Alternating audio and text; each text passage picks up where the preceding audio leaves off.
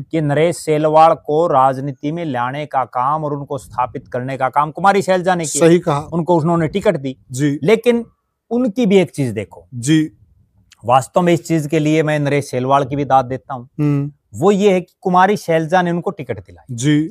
भूपेंद्र सिंह हुड्डा मुख्यमंत्री बन गई जी। लेकिन कुमारी शैलजा के साथ केवल 2 नेता जी। एक राजपाल भूखड़ी थे साढौरा से, एक नरेश सेलवाड़ थे उकलाना से। जी। इन 2 ने हुड्डा साहब की तरफ झांका भी नहीं। 5 साल कुमारी शैलजा के साथ खड़े रहे। वरना अगर ये चाहते तो हुड्डा साहब के साथ चले जाते काम भी होते।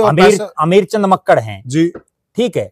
अमीर चंद मक्कड़ जी को 2005 में चौरी भजनलाल ने टिकट दिलाई और वो 1 मिनट में पलटी मार के हुड्डा साहब के साथ चले गए। बिल्कुल सही बात। छत्रपाल को टिकट दिलाई, वो चले गए जी। तो राजनीति में कौन किसका है? यहाँ तो जिसका मौका लग जाता वो चौका मार देता, छक्का मार देते हैं कई। सही कहा आपने। तो नरेश सेलवाड़ उसके बाद अगले चुनाव में आपने टिकट दिला दी, वो फिर आपके साथ रहा जी। अगले चुनाव में जब आपने उनको टिकट नहीं दी तो नेचुरल बात है कोई भी आदमी हो वो अपना ठिकाना ढूंढेगा। सही कहा। और वो उन्होंने ढूंढना भी चाहिए, इसमें भी कोई दो राय नहीं है। क्या सारी जिंदगी सिर्फ यही चीज सीमित थोड़ी है कि शैलजा जिसको चाहेंगी वही बनेगा? तो राजनीति में खत्म हो जाएंगे अगर फिर अगली बात सुन लो, कुमारी शैलजा राज्यसभा की भी एमपी रही जी। हम ये बात मान लेते हैं कि जब वो लोकसभा की सांसद रही जी तो चूंकि उनका जो विधानसभा क्षेत्र वो हिसार में है जी, ओपन सीट है जी, अम्बाड़ा में रही, सिरसा में रही जी।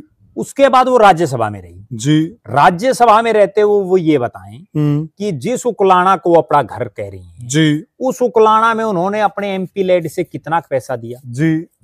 जब वो केंद्र में मंत्री थी जी, इतना बड़ा डिपार्टमेंट उनके पास जी, उन्होंने इस हिसार जिले के लिए क्या किया जी, उकलाना के लिए क्या किया? बिल्कुल सही बात। सिर्फ एक जो है राग अलापने से राजनीति थोड़ी होती, धरातल पर आपने क्या किया? आप इसके कंपैरिजन में मैं एक चीज बताता हूँ।